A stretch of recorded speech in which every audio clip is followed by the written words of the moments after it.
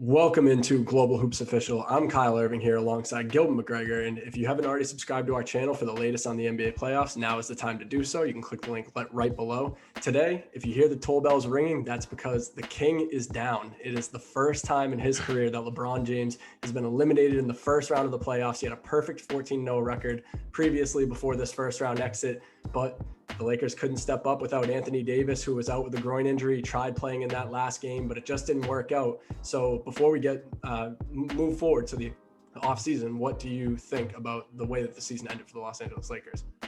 You know, it's funny, like they say all good things come to an end, right? And like, it reminds me of a few years ago when his final streak came to an end, and it was the season that was like really like riddled by injuries. He had the groin issue, and then they missed the playoffs, and obviously they missed the finals. And now here we are again. This guy's 14-0 in the first round of playoffs, and I honestly thought he was going to go his entire career without losing the first round. I picked the Lakers to beat the Suns in the first round, but I think it was a product of injuries, and the Suns are a pretty damn good team. So give credit where it's due. All good things come to an end, and now it's kind of surreal watching the playoffs without LeBron James past the first round.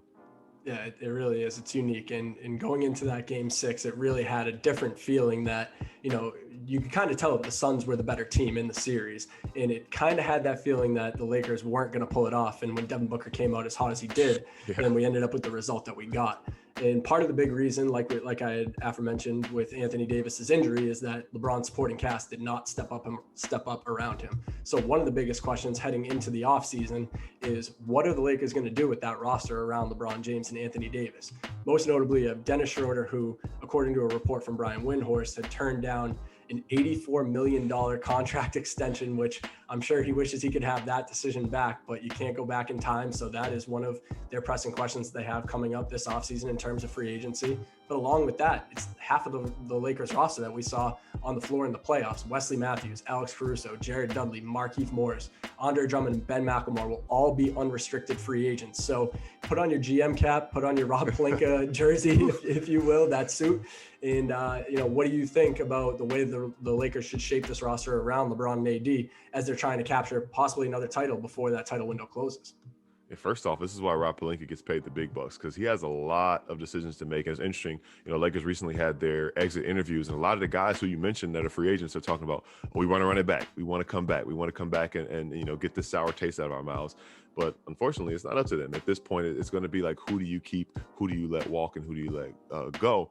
And I think a lot of those guys, the price has to be right. Dennis Schroeder turned down that contract, and I know he was a very key part to what this team did this past season, and he battled with COVID right before the playoffs came. So I think that's something we shouldn't, really rule out for being why he didn't play well. So I do think he comes back. I think Caruso is a very important glue guy. Wesley Matthews talked about coming back, and I think in spots maybe a feature 8th, 9th man. But one thing we realized this postseason with this team, they need more shooting. They need more shooting around LeBron James. They need more guys who can create for themselves and for others. We saw it with Rajon Rondo in that finals run. He made shots, he created. He wasn't available at the beginning of the playoffs, but once things kind of progressed, he was super important. They don't have Rondos everywhere, but they need to get a guy like that. And I know this offseason we're going to see every superstar imaginable photoshopped in a Lakers jersey.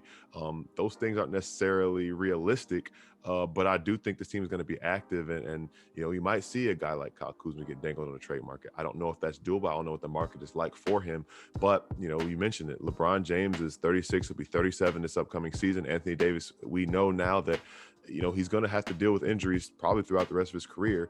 Hopefully he doesn't deal with anything like he did this past season, but that's going to be a part of it. So they need a third guy who they can rely on, and they're going to test the free agent market. They're going to test the trade market. They're going to have to make some moves and do some gymnastics because of how they are as far as finances work, but it'll be interesting to see how it plays out. You're right about them having to jump through loops, and jersey Photoshop season is definitely upon us. But the supporting cast is obviously important, as we saw, but nothing is more important than the health of LeBron James, or potentially just, not enough rest for the King, who had 74 days in between the time the NBA Finals ended last year and the time the NBA season started this year. It was the shortest offseason in the history of professional sports. Do you feel like, this injury-riddled LeBron and Lakers team that we saw in the first round was a product of the shortest offseason in professional sports history, or do you think that the King is finally just slowing down? I think it's a combination of both things, but I think more of the short offseason than anything else. I think we've come to realize at this point in LeBron's career, he's just wrapped up year 18 to never count this guy out. Like I really do think he's going to be playing at a high level until he's 40 years old. But I think anybody would have struggled with the short offseason. We saw the Heat got swept in the first round. And when you look at the way these two, their seasons went, the last team standing last year, short off seasons, they had injury riddled seasons. They were up and down throughout the year. And then they come up short in the postseason. So I do think that the Lakers had a lot of things working against them, and then it ultimately just came and kind of hurt them in the playoffs when they played against, again, a really good team in the Phoenix Suns and didn't have home court advantage, and guys were hurt. Guys got hurt during the season, during the playoff series. So now if they have a full extended off season in their favor, and LeBron is a guy who puts so much into his body, he'll have some time to get back to 99.9% or whatever he said his maximum is these days. I'm expecting to see him kind of come back with a vengeance, because he might not admit it, but LeBron sees your memes, he sees your jokes, he sees all of these things. And, I know he's chasing, 5, 6, 7 titles, and obviously it's one at a time. And we know what happens when you get ahead of yourself and count. We saw that happen a couple years ago, or 10 years ago now to the date, when they lost to Dallas. But, they have a shot at getting 1 or 2 more, and they're going to do whatever they can to do it while they can. We saw what happened last time LeBron James was eliminated early and got that long offseason ahead of him in 2019, came back and won the championship in 2020.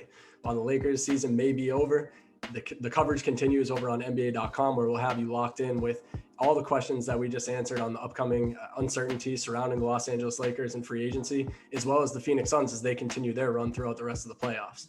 That's all we have for today. For Kyle Irving, Gilbert McGregor, catch you next time.